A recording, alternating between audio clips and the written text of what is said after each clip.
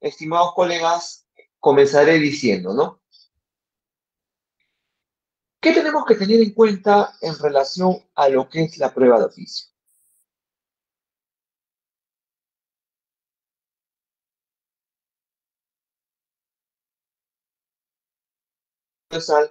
Que es, por un lado, de que esta institución relativa a la prueba de oficio se encuentra regulado en nuestro Código Procesal Civil en el artículo 194. Articulado, el cual nos permite y nos permitirá, en este caso, entender lo que ha querido dar a conocer nuestro legislador con su aplicación en nuestro ordenamiento procesal. Muy bien, en ese contexto, ¿qué tengo que señalar? Tengo que señalar que, como van a poder ustedes apreciar de la primera diapositiva, tenemos que tener en cuenta lo siguiente, ¿qué es? Que es en relación a el 10º Pleno Civil Casatorio se realizó el día 18 de octubre del año 2018. Fue el 18 de octubre del año 2018, y ustedes pueden apreciar, que dio origen a la casación 1242-2017-Lima Este. ¿Qué tenemos que comentar en relación a esto? De que aún no existe un pronunciamiento en relación al resultado, a lo que será el precedente judicial, el cual vincule a todas las instancias inferiores de todo el país, dado que la única generada y autorizada a dar jurisprudencia es la Corte Suprema de Justicia de la República, y se han debatido en este contexto convocada por parte de la Sala Civil Permanente de la Corte Suprema, en la cual participaron también los jueces integrantes de la Corte de la Sala Civil Transitoria de la Corte Suprema, porque no existía un criterio uniforme, no existía un criterio unívoco en relación a esta institución procesal.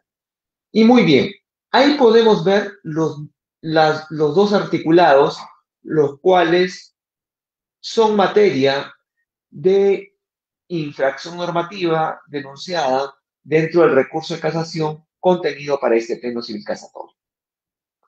Un primer punto es el contenido del artículo 194, que se alegó para la convocatoria de ese pleno que las instancias de mérito en relación a las denominaciones del predio no le han generado certeza ni convicción al juez respecto a la identificación del predio a los efectos de determinar, por un lado, el bien en materia de reivindicación, siendo el juez director del proceso debiendo hacer uso de su facultad discrecional. Y el otro tema es el relativo al artículo 197 del Código Procesal Civil, el mismo que conlleva a efectuar la valoración de los medios de prueba de manera conjunta, de manera razonada, al ser responsabilidad del juez, en este contexto, reconstruir los hechos tomando como base las pruebas aportadas por cada una de las partes. Estamos frente al artículo 194 y frente al artículo 196. ¿Qué tenemos que decir? Todos sabemos que qué es lo que persigue un proceso de reivindicación. Persigue que se restituya el bien inmueble al propietario que no lo tiene en su poder. Pero dentro de las características para la reivindicación se encuentra que el bien se encuentre debidamente identificado. Y lo que podemos interpretar dentro de los agravios, dentro de las alegaciones efectuadas para la causal de infracción normativa del artículo 194 del Código Procesal Civil, se indica de que el juez, frente a esa identificación que no efectuó la parte de proponer la demanda, el juez debe cumplir como director del proceso, emplear su facultad discrecional. Artículo 197, el cual indica que los medios de prueba serán evaluados no de manera aislada, sino de manera conjunta, en torno a las pruebas aportadas por cada una de las partes. Ahora pasemos a la siguiente diapositiva, por favor, y podremos ver y podemos entender lo que se refirió en ese pleno por cada uno de los ámbitos curiales, que fueron 4. Fue nuestro amigo Lucho Alfaro, que también participó dentro de este importante evento académico, fue el doctor Renzo Cavani, fue el doctor Cristian Delgado Suárez y conocido procesalista de larga data, Juan Monroy Gálvez. ¿Qué refirió cada uno de ellos? Cada uno de ellos tuvo una posición, bueno, podríamos decir que tres en sentido parecido y uno en sentido distinto. Yo he querido resaltar en esta diapositiva dos de las principales versiones o las principales que yo considero las más trascendentes ponencias, pero hubieron otras dos, las cuales las voy a mencionar. Por un lado, Cristian Delgado Suárez, que refirió en relación a los dos articulados que les comenté inicialmente.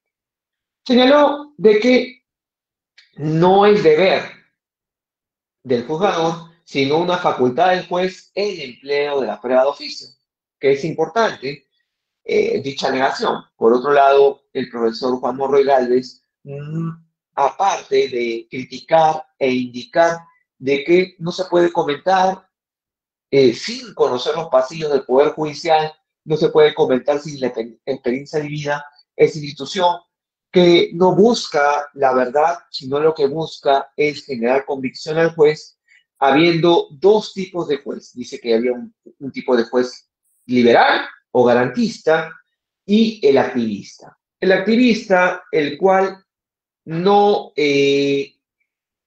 no afecta los hechos no probados y el juez no puede sustituir las posiciones de las partes en cuanto a la carga de probar.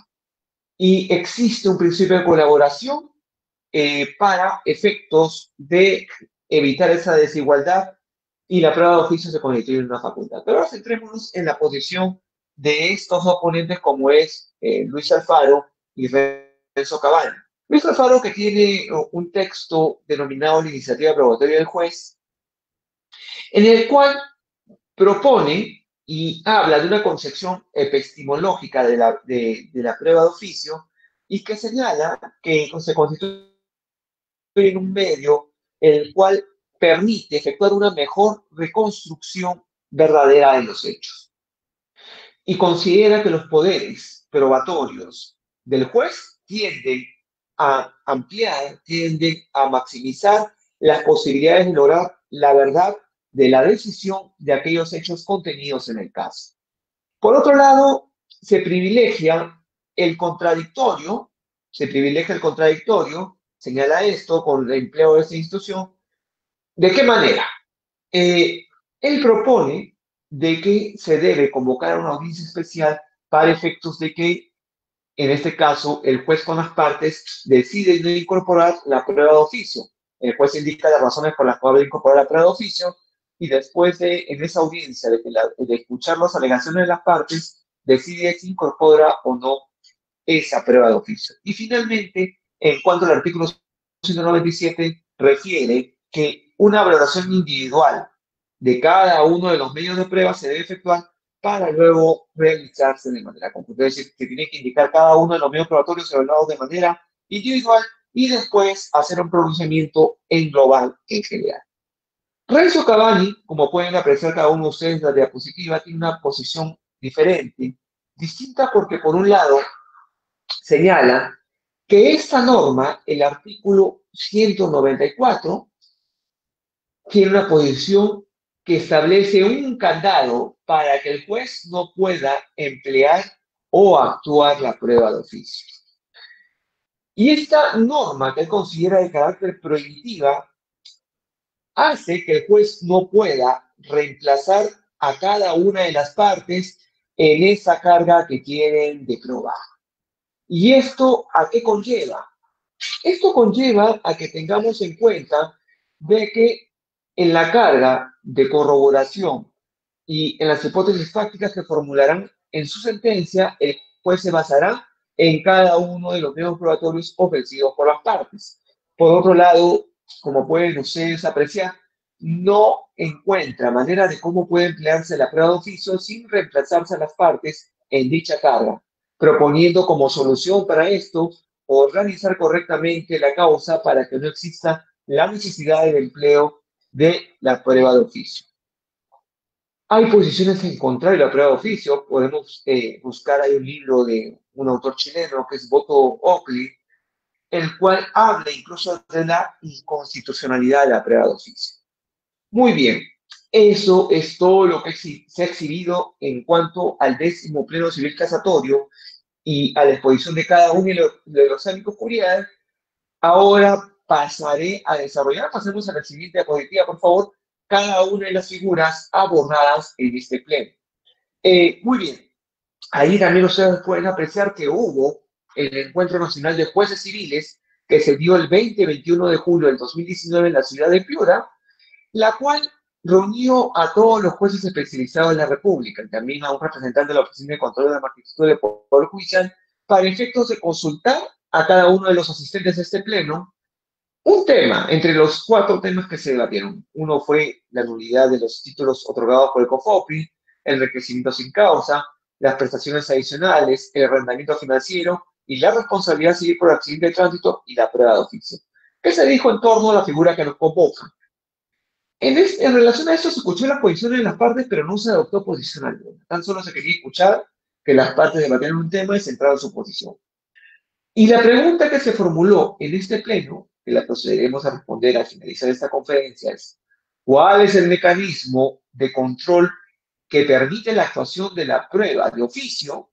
Y por otro lado, ¿resulta posible apelar a dicho mecanismo cuando el demandado se encuentra en la condición de rebelde? Estas fueron las preguntas que se lanzaron en este encuentro nacional de los jueces, pero ahora analicemos, pasemos a la siguiente, cada una de las instituciones importantes a conocer y a considerar para este tema. Entonces, primero hablemos en relación al derecho a la prueba. ¿Qué es el derecho a la prueba si nos vamos al ámbito constitucional? El derecho a la prueba se origina con este aspecto inexorable que es un resultado de la influencia del fenómeno de la constitucionalización del derecho, que como consecuencia del reconocimiento de cada uno de los derechos fundamentales a todas las personas y su instauración en cada uno de los ordenamientos, estamos hablando constitucionales, ha generado que eso tome una importancia, una relevancia en cuanto a la actividad probatoria y garantizarse esos derechos fundamentales de la naturaleza procesal.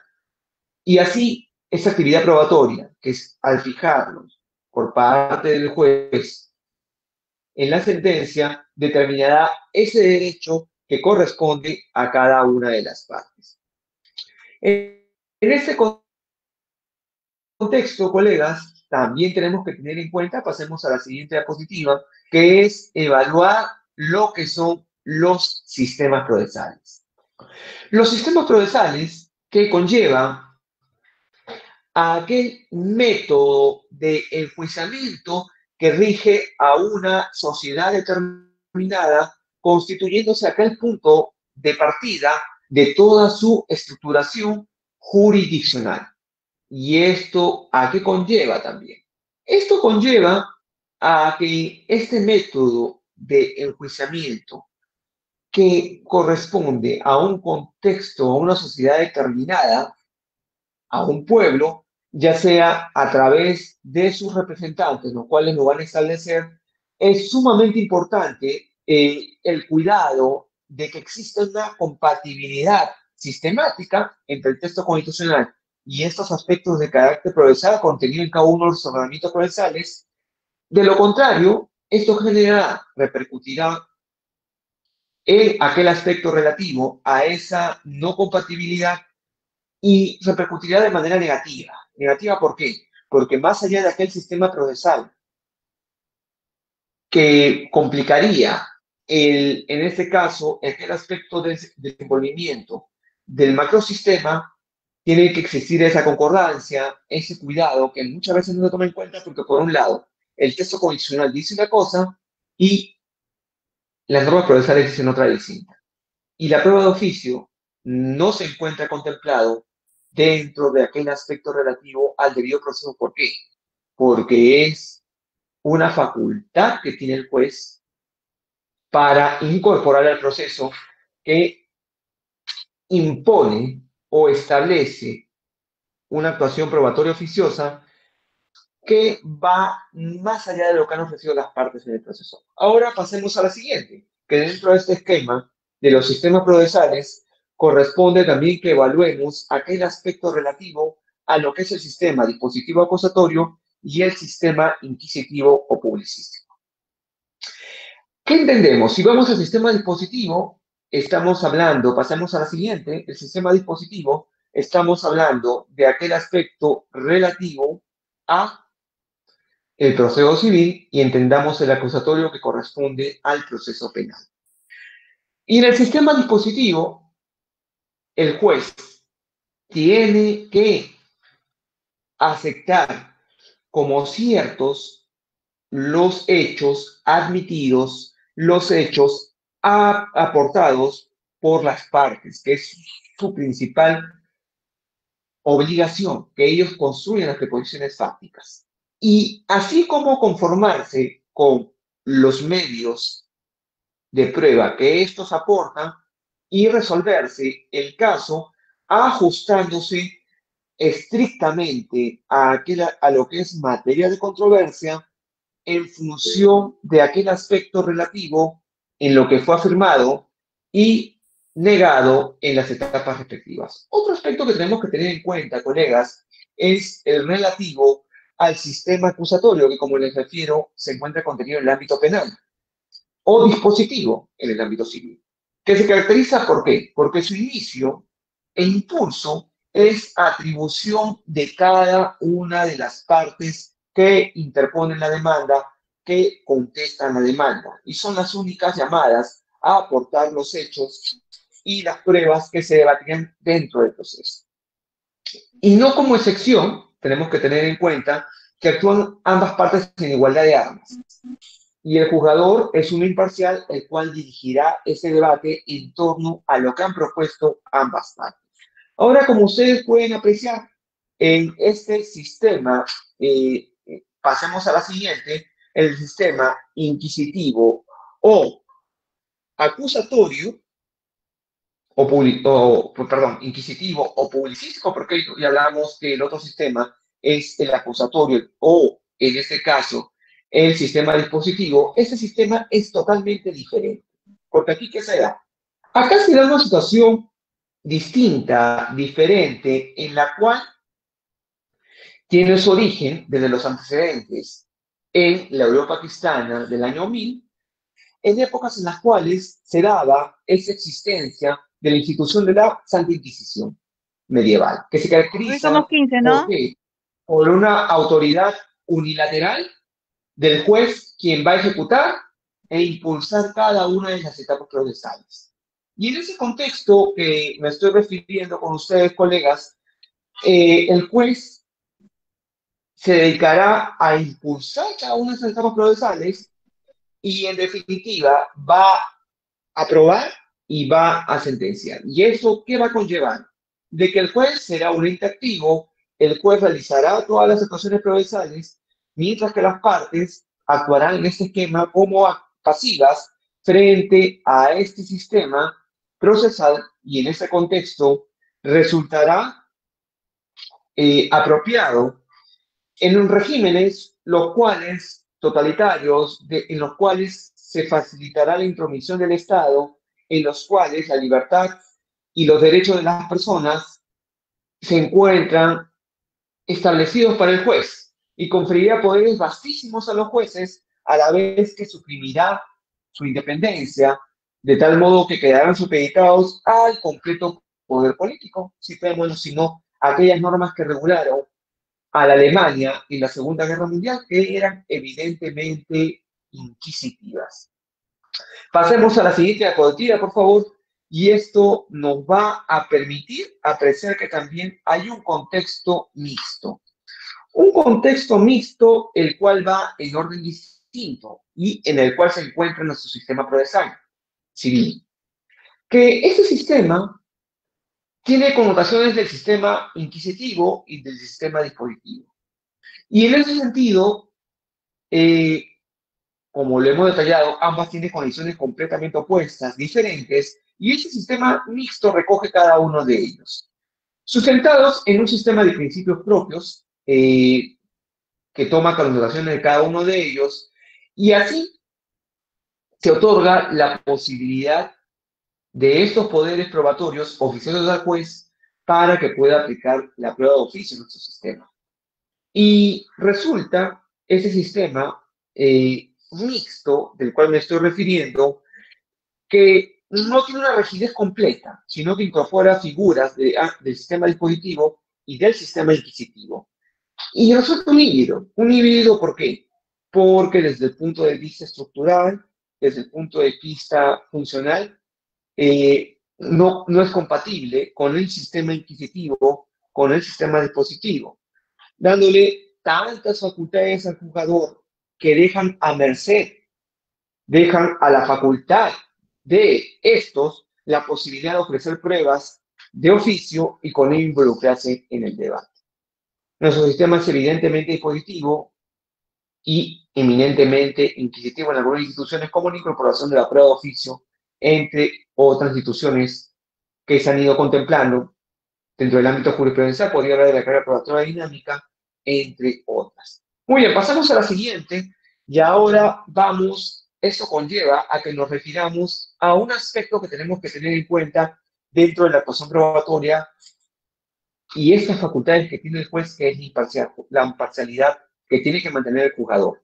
La imparcialidad que ha sido establecida como aquel principio supremo del proceso, el cual va a conllevar a que tengamos en cuenta que el juez, estrictamente, hay una diferencia en que el juez no sea parte del proceso, y tomando en cuenta lo que refiere el tratadista alemán Goldschmidt, ya desaparecido, que con estrictez entre la parcialidad y la parcialidad hay una diferencia. Mientras parcial significa ser parte, parcial da a entender que se juzga con prejuicios. La imparcialidad consistiría en poner en paréntesis todas aquellas consideraciones subjetivas que tiene el juzgador. Y este deber de sumergirse en el objeto, ser objetivo, olvidarse de la propia personalidad, va a conllevar a que este principio universal de imparcialidad tenga tres despliegues. Un primer despliegue, como refiere el profesor Alvarado Veloso, de que la imparcialidad implica que el juez no debe hacer parte, no involucrarse en el proceso. Por otro lado, la imparcialidad, el juez debe carecer de todo tipo de interés de carácter subjetivo en la resolución de ese litigio. Y por otro lado, la independencia, que el juez debe poder actuar sin subordinación jerárquica respecto a ambas partes. Pasemos a la siguiente. Y así, en este contexto, el maestro argentino Alvarado Veloso señala que este principio implica que las personas jugadoras poseen las siguientes virtudes: la ausencia de prejuicios de todo tipo, particularmente raciales o religiosos. Y a esto conlleva referirme también a lo que señalaba Jordi Nieva Tenor, a lo que es el heurístico de afección. ¿Qué implica ese heurístico de afección? Implica que una persona se deje influenciar por aspectos que le pueden generar una percepción en contra.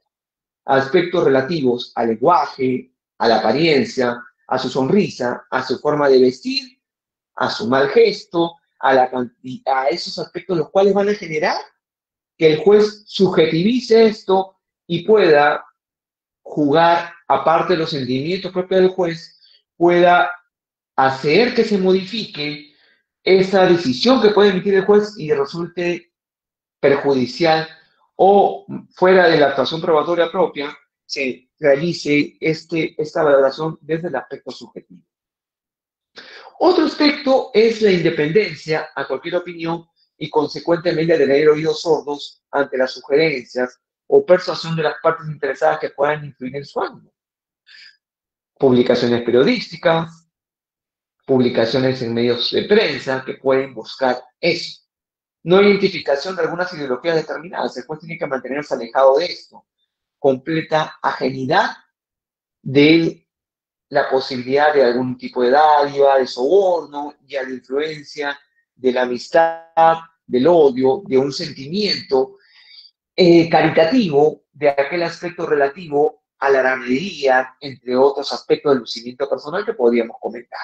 Y que principalmente yo considero este último, aparte de los prejuicios, que es no involucrarse ni emocionalmente en aquel medio del asunto litigioso y evitar toda participación en la investigación de los hechos o en la formación de elementos de convicción, así como fallar según su propio conocimiento privado del asunto.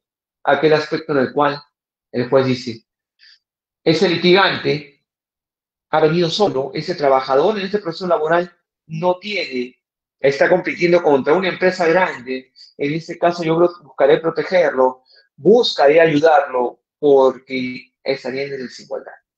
No estaría en ese contexto el juez rompiendo esa parcialidad y convirtiéndose en el abogado de una de las partes. Evidentemente que sí.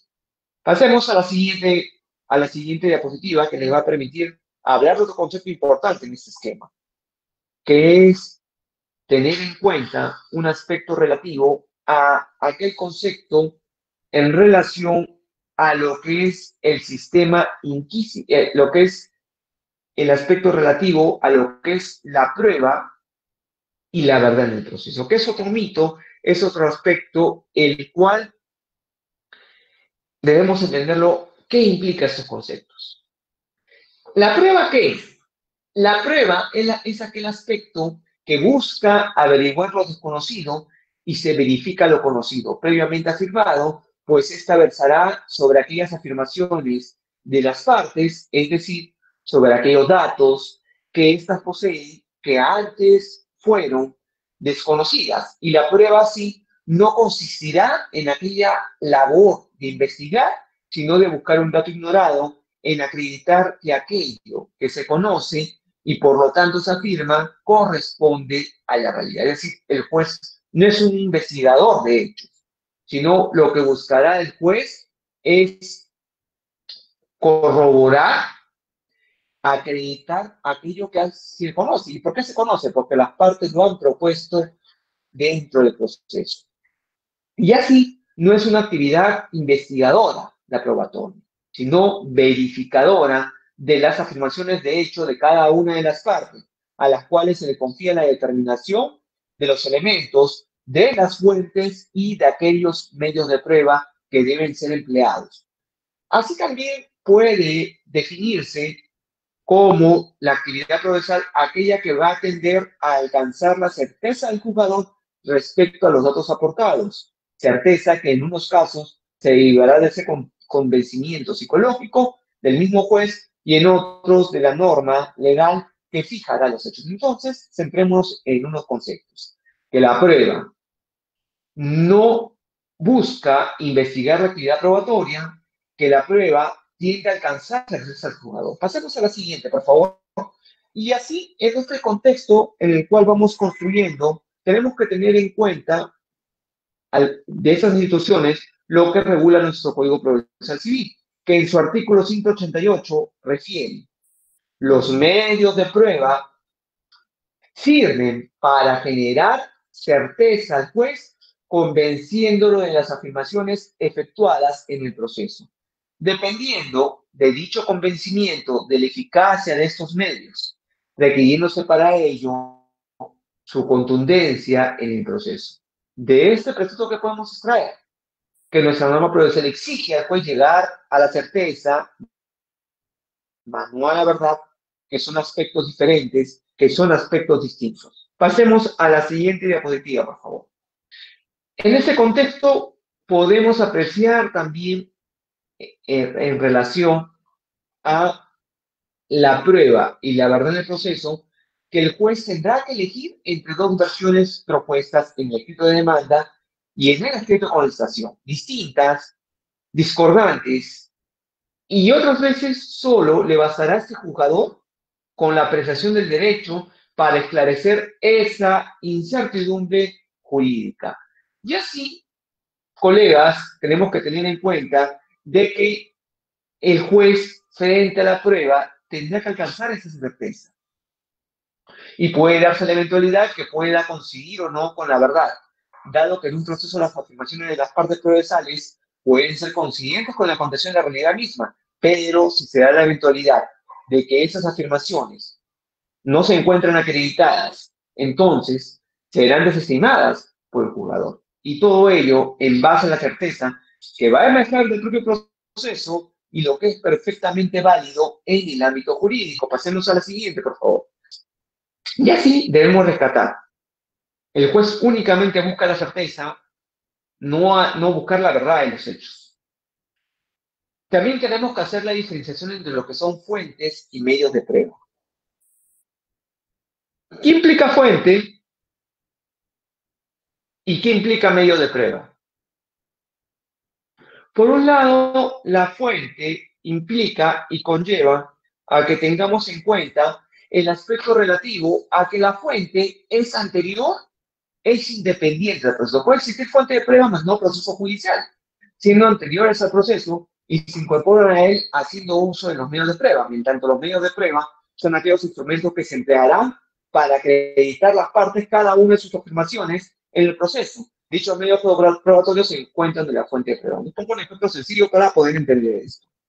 Un accidente de tránsito en el cual se da un choque, daños materiales entre dos vehículos, porque uno cruza la vía pública, cruza la pista siguiendo una velocidad adecuada en luz roja.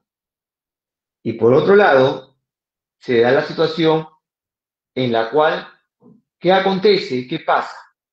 Lo que acontece es de que el otro vehículo que cruza en luz verde, conforme a lo permitido, es impactado. Y ese accidente lo observan 3 o 4 personas. La persona a la cual se impactó en su vehículo comienza a firmar, a sacar fotos. Esas personas que presenciaron eso, esas tomas fotográficas, serán fuentes de prueba. Una vez que se incorporen al proceso, se convertirán en medios de prueba, convirtiéndose esas tomas fotográficas, ese video, en una prueba documental y esas personas que vieron en testigos.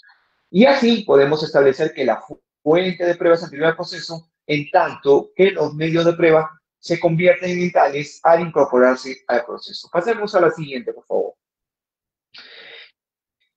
Y así, colegas, tenemos que tener en cuenta en este punto de que los medios probatorios son aquellos que imponen al juez esa obligación, imponen de que éste valore todos de manera conjunta y razonada, conforme al artículo 197, dado que las pruebas en el proceso se encuentran mezcladas, constituyéndose así una secuencia integral y teniendo al jugador partir de ellas para reconstruir en base a los medios probatorios los hechos que dieron origen al conflicto. Y en ese contexto, ¿qué va a realizar el jugador? Va a reconstruir aquellas proposiciones fácticas en torno a las pruebas aportadas por las partes. Ahora, hay otro concepto que vemos ahí que debemos tener muy en cuenta, que son las reglas sobre la carga de la prueba, que van en 3 direcciones.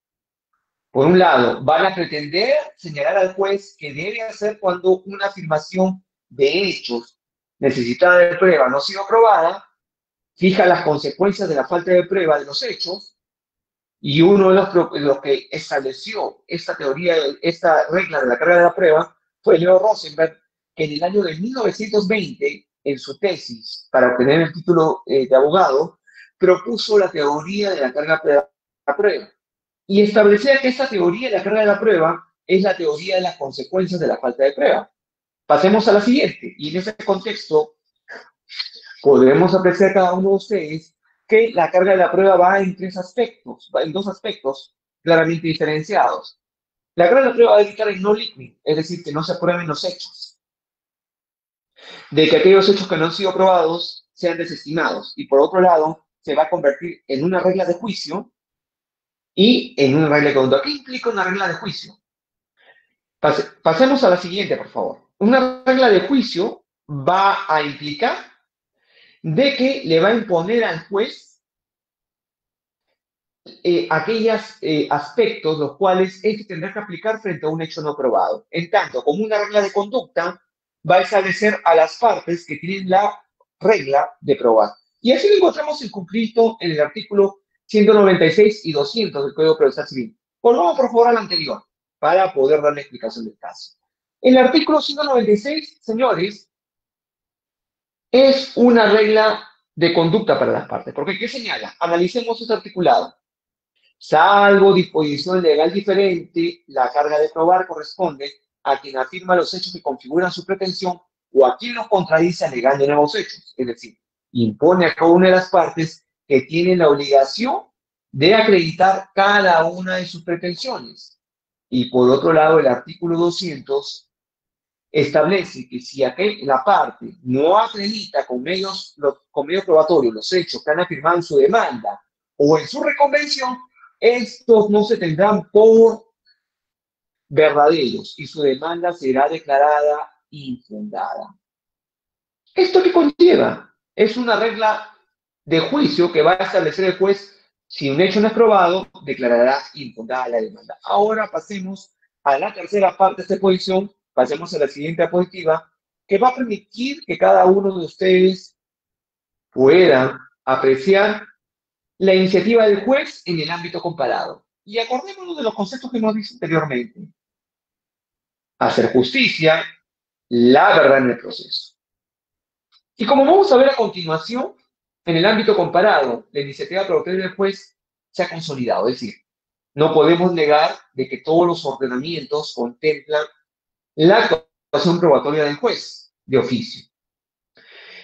Pero cada uno tiene notas distintas, tiene características diferenciadas en este contexto, porque en países, por ejemplo, como Francia y Estados Unidos de Norteamérica, no existe limitación alguna para el juez para probar.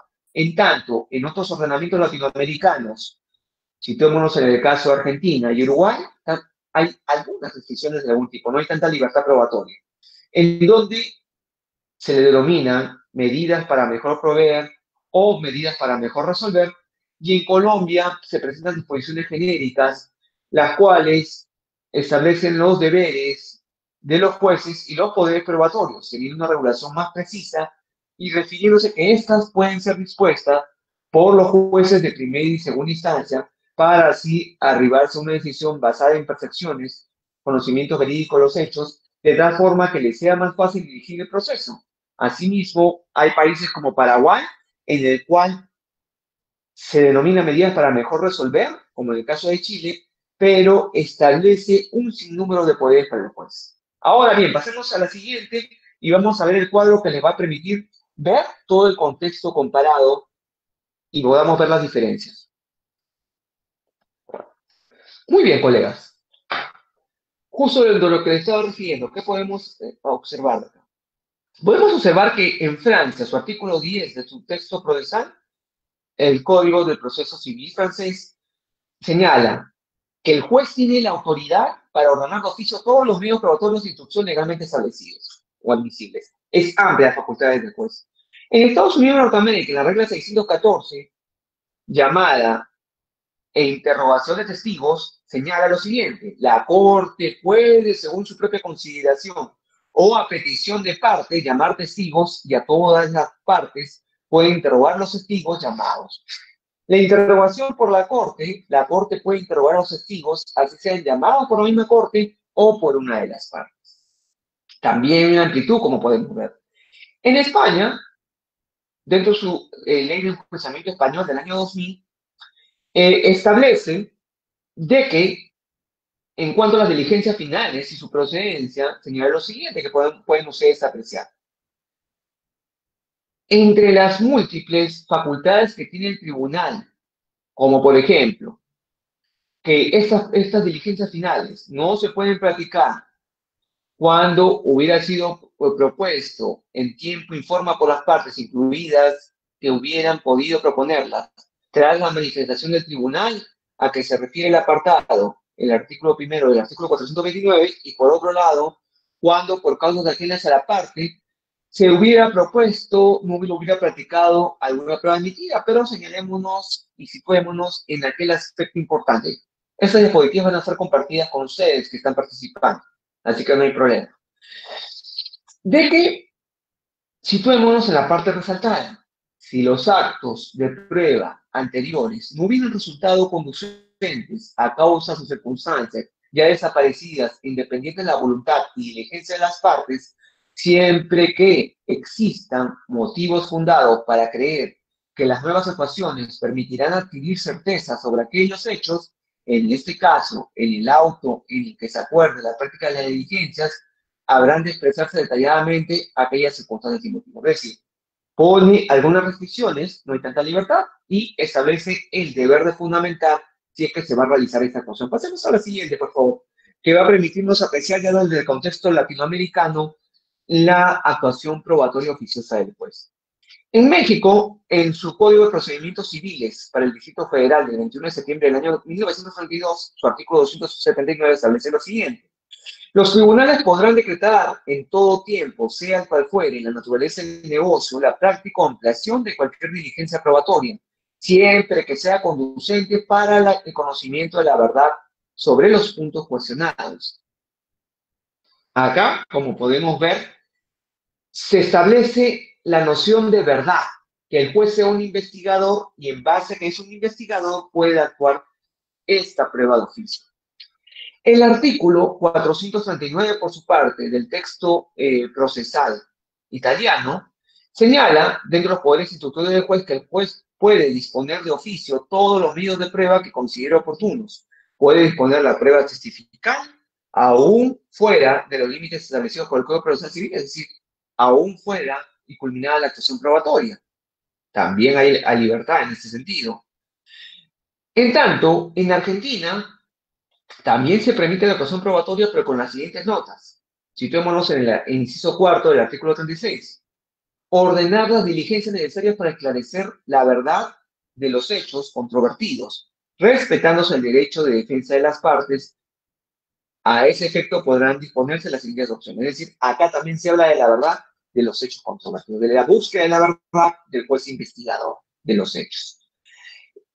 Pasamos a la siguiente. ¿Qué más podemos referir un poco en este ámbito comparado? Podemos ver notas características de buscar la verdad de los hechos. Uruguay, en su artículo 24 del Código General del Proceso, establecido en el número 15.982, señala la facultad del tribunal para ordenar las diligencias necesarias para el esclarecimiento de los hechos controvertidos, respetando el derecho de defensa de las partes. Esclarecimiento. Por otro lado, Paraguay, como les dije, el artículo 337 da una amplitud y señala que el juez podrá disponer de oficio la declaración de testigos mencionados por las partes en los escritos de constitución del proceso.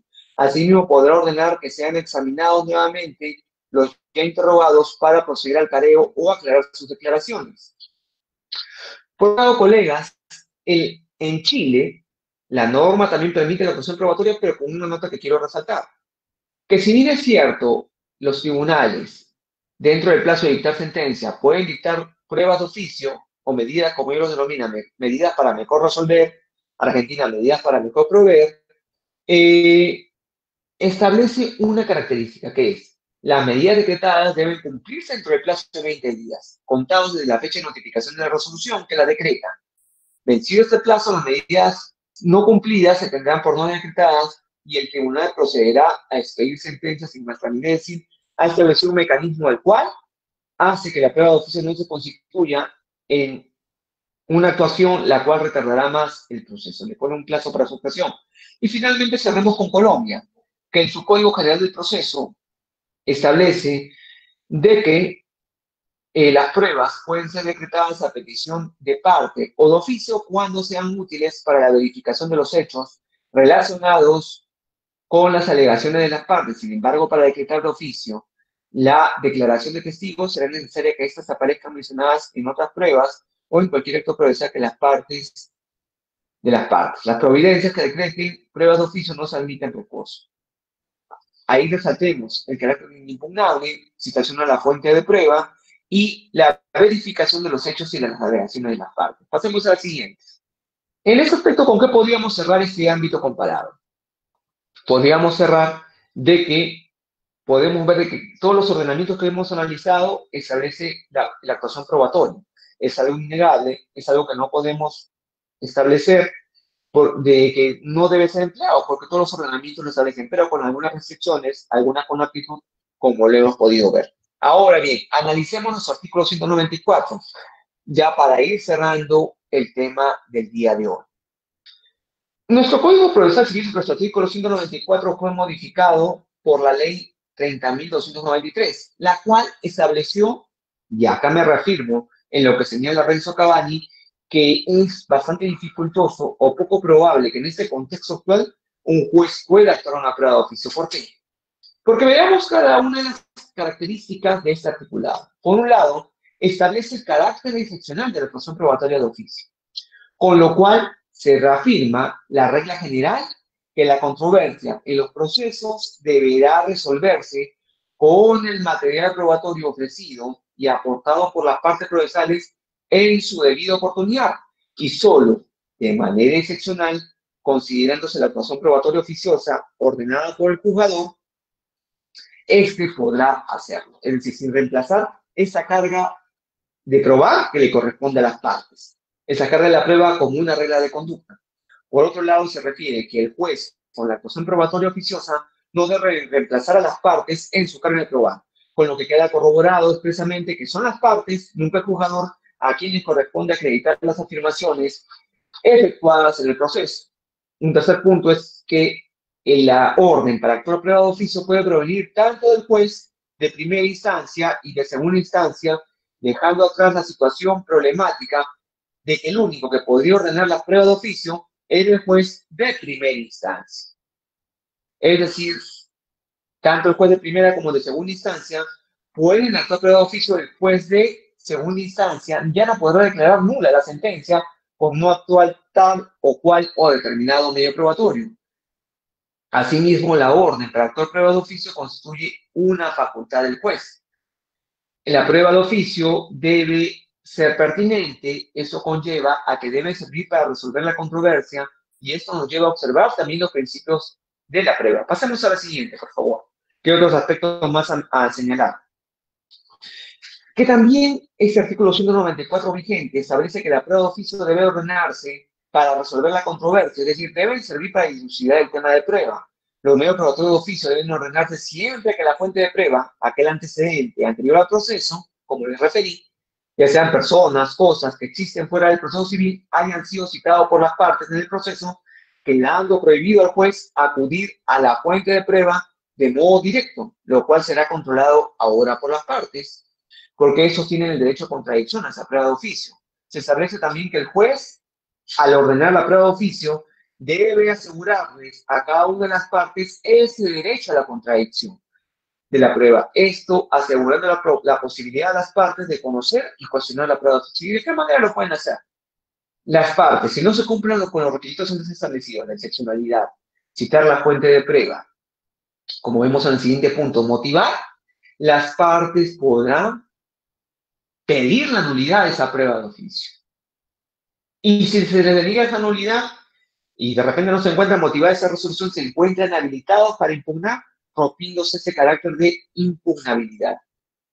Y así, las pruebas de oficio podrán establecerse de acuerdo a esa regulación, con esas limitaciones que hemos podido ver que hace poco probable que un juez pueda actuar una prueba de oficio sin cumplir con estos requisitos y estos presupuestos. Pasemos al siguiente, por favor. Que esto nos va a permitir comentarles otro aspecto que es relevante en esto. Que, y es lo que yo considero a título personal, que la actuación de la prueba de oficio va a depender del rol que asuma el juez. Si es un juez activista o es un juez garantista. Y lo hemos podido ver en los amicus curiae. Renzo Cavani es garantista, el resto de amicus curiae tiene una connotación más hacia el activismo. ¿Y cuál es la diferencia que encontramos entre garantismo y activismo? Creo que también hubo una posición de un ponente anterior dentro de este seminario, el cual habló de esa diferencia entre garantismo y activismo. Por eso no me voy a expandir mucho en este punto y tan solo haré una connotación para que podamos entender esas notas esenciales entre activismo y garantismo. Garantismo lo podemos referir como notas esenciales de igualdad de las partes e imparcialidad del juzgador que tiene cabida dentro del sistema dispositivo, el cual deberá adoptar una posición absolutamente neutral en el proceso, es decir, resolver en torno a la posición que han propuesto cada una de las partes. En tanto, el activismo nos presenta una corriente de pensamiento de un juez comprometido con la realidad del caso, justiciable, que sabe tomar en cuenta las circunstancias casuísticas cuando ellas no encajan en el molde previsto por el legislador y está dispuesto a intervenir en la marcha del proceso aprovechando las facultades que las leyes confieren e incluso brindando soluciones pretorianas en aras de lograr una justa composición del litigio. ¿Y esto a qué conlleva, colegas? Conlleva a que el garantismo busca garantizar aquellas garantías procesales en igualdad de condiciones a las partes, en dando el activismo, el juez busca buscar justicia en el proceso y busca resolver el conflicto, incluso saltándose de sus facultades, ampliándolas para estos fines. Pasemos a la siguiente. Y así, estas pruebas de oficio van a ser actuadas en este contexto, en el contexto del garantismo o activismo. Y ahí podemos ver la posición del profesor Alvarado Veloso, el cual sostiene que desde una posición garantista, que la imparcialidad, así concebida, descarta de plano toda la posibilidad probatoria del juez, porque el jugador, al romper el exacto equilibrio que exige el mantenimiento de la igualdad procesal, con esta actuación probatoria oficiosa rompe esto.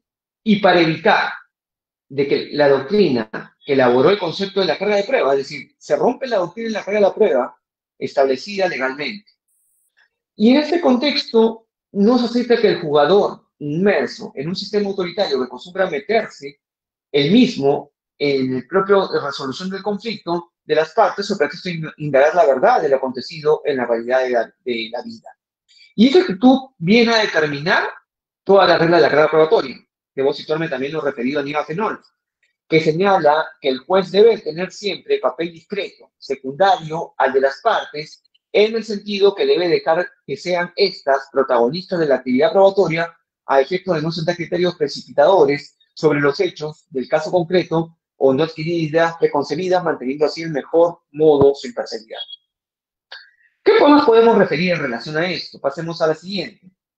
Dentro de la visión del activismo, ahí podemos ver a cada uno de los representantes del garantismo. Luis Ferraioli, que en torno a él, en homenaje a él, a su libro Derecho y Razón, se establece este concepto de garantismo procesal. Otros representantes de Montero Aroca, otros representantes de Alvarado Veloso, como le he venido refiriendo. Pasemos a la siguiente, por favor. En la serie del activismo encontramos a Jorge Peirano, y muchos autores argentinos, y otros españoles que también van hacia esta orientación. ¿Y esto qué conlleva? Conlleva que el activismo procesal nos sitúa en una acera en la cual tenemos una visión del proceso en el cual se confía en los jueces de esos poderes discrecionales que se les dota. Busca la justicia del caso concreto a toda costa, hace prevalecer la realidad de la urgencia de las decisiones frente al imperativo de las normas y privilegia las consecuencias sociales de las decisiones jurisdiccionales.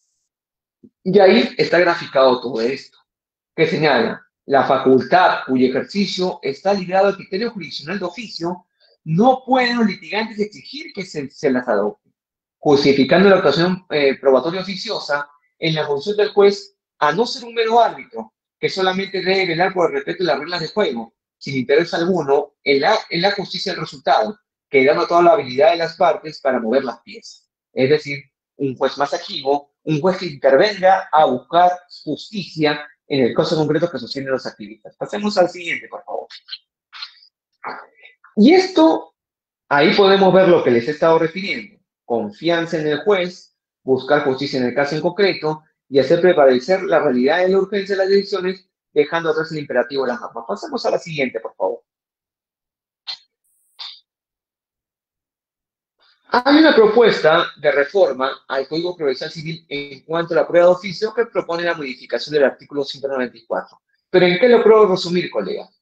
Lo puedo resumir en que se está estableciendo que el juez va a ordenar la actuación probatoria de oficio, tendrá que indicar qué hecho controvertido considera que no está aprobado, sacar un auto, notificar a las partes de ese auto, indicando la intención de actuar tal medio probatorio de oficio. Va a esperar un plazo de 6 días, se le va a notificar a las partes por 6 días para que expresen lo pertinente, y así, después de que transcurran esos 6 días, el juez, si las partes dicen lo pertinente, lo evaluará, y si no dicen nada, procederá a incorporar ese medio probatorio de oficio.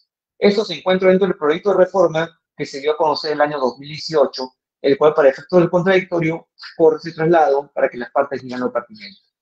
Pasemos a la siguiente. Y en este contexto, ya para ir cerrando mi exposición el día de hoy, ¿cuál es la problemática del empleo de la prueba de oficio? Que ese es el último punto el cual abordaré con ustedes. Que es de que la prueba de oficio, como lo podemos apreciar cada uno de ustedes que litigan, que acuden diariamente a los órganos jurisdiccionales, de que la prueba de oficio no se conocen sus alcances, es mal empleada y no se tienen los presupuestos que les he mostrado el día de hoy del artículo 194. ¿Por qué? Porque los jueces muchas veces actúan en la prueba de oficio sin que se pronuncien sobre ella en la sentencia. Lo actúa para generarse más tiempo para sentenciar, para no sentenciar en ese momento, sin que sirva para el proceso. Por otro lado, los jueces la actúan de manera mecánica, sin dar la mirada a lo que va a implicar para la otra parte. Nosotros realizamos nuestra actividad probatoria en el proceso. Si presentamos una demanda, la contestación irá evaluando las pruebas de esa demanda. Pero ¿qué pasa si el juez ayuda a la posición de la parte demandante exigiendo un medio probatorio de oficio que, y por lo general lo que se ha establecido en los estudios que se ha realizado en cuanto a las pruebas de oficio, por lo general va para dar fundabilidad a la demanda, no tanto para declarar fundada fundada la posición de la parte contraria, sino la demanda propiamente. Y así no se cumple con los presupuestos, no se citan las fuentes de prueba, no se, y muchas veces se emplea el término para mejor resolver, piden tal o cual documento, ¿para efectos de qué? Para efectos de no cumplir con establecer el auto motivado con los requisitos del artículo 194. Pasemos a la siguiente, por favor. Y en este contexto, colegas, ya para ir cerrando el tema del día de hoy que tan amablemente se me invitó a abordar, podemos indicar lo siguiente como reflexiones. Es lo que les estaba refiriendo. Pasemos a la siguiente diapositiva, que es mi opinión en torno a la prueba de oficio. Yo considero que el juez debe asumir un rol más garantista. ¿Por qué? Porque el artículo 194 hace poco probable la actuación de la prueba de oficio. Y debe permitirse a cabalidad el contradictorio de las partes. Cuando su empleo de este medio probatorio oficioso se tenga que hacer cuando sea estrictamente necesario. Por ejemplo, cuando las pruebas actuadas en el proceso sean contradictorias entre sí, porque la realidad actual nos muestra que el juzgador, al contar con esos poderes probatorios oficiosos, no los comprende como les he referido en su real dimensión y los emplea como una fuente de legislaciones innecesarias en el proceso, pese a que ya se encontraban así ordenados y esa carga de probar que le corresponde a las partes y sin fundamentarse y responderse a algunas preguntas que yo pienso que sería el principal parámetro para ver si se cumplen con los presupuestos del 194. Explicar por qué se emplea la prueba de oficio, qué dudas tiene el jugador y cuáles son, y explicar en qué se contradicen las pruebas actuadas. Eso pienso que debería ser el norte y las partes estamos obligados a exigir que se cumplan con esos presupuestos del artículo 194. Pasemos a la siguiente, por favor. Y con esto concluyo, señalando lo siguiente. Lo que establezca el precedente judicial que se dicte en el 10º Pleno Civil Casatorio deberá tomar en cuenta, dentro de todo lo que les he referido, lo siguiente. Que la actuación oficiosa del juez es una facultad que puede o no emplear el juez, pues no es un deber, sino le impone al juez esa facultad. Si él cree, lo actúa o no.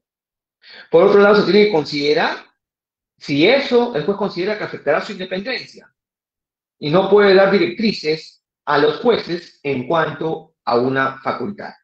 Y es importante la motivación del juez, porque si se actúa una prueba de oficio, este aspecto establecido referirá un adelanto de opinión al juzgador, que eso es lo que tiene que cuidar de que garantice la imparcialidad a cada una de las partes. Muy bien, nuevamente agradeciendo a Ley y Gobierno a la Asociación Civil Ley y Gobierno por esta gentil invitación y permitirme hacer estas reflexiones del día de hoy con cada uno de ustedes que espero sean de utilidad. Muy bien, quiero llenar las preguntas que me puedan formular en este contexto. Bien.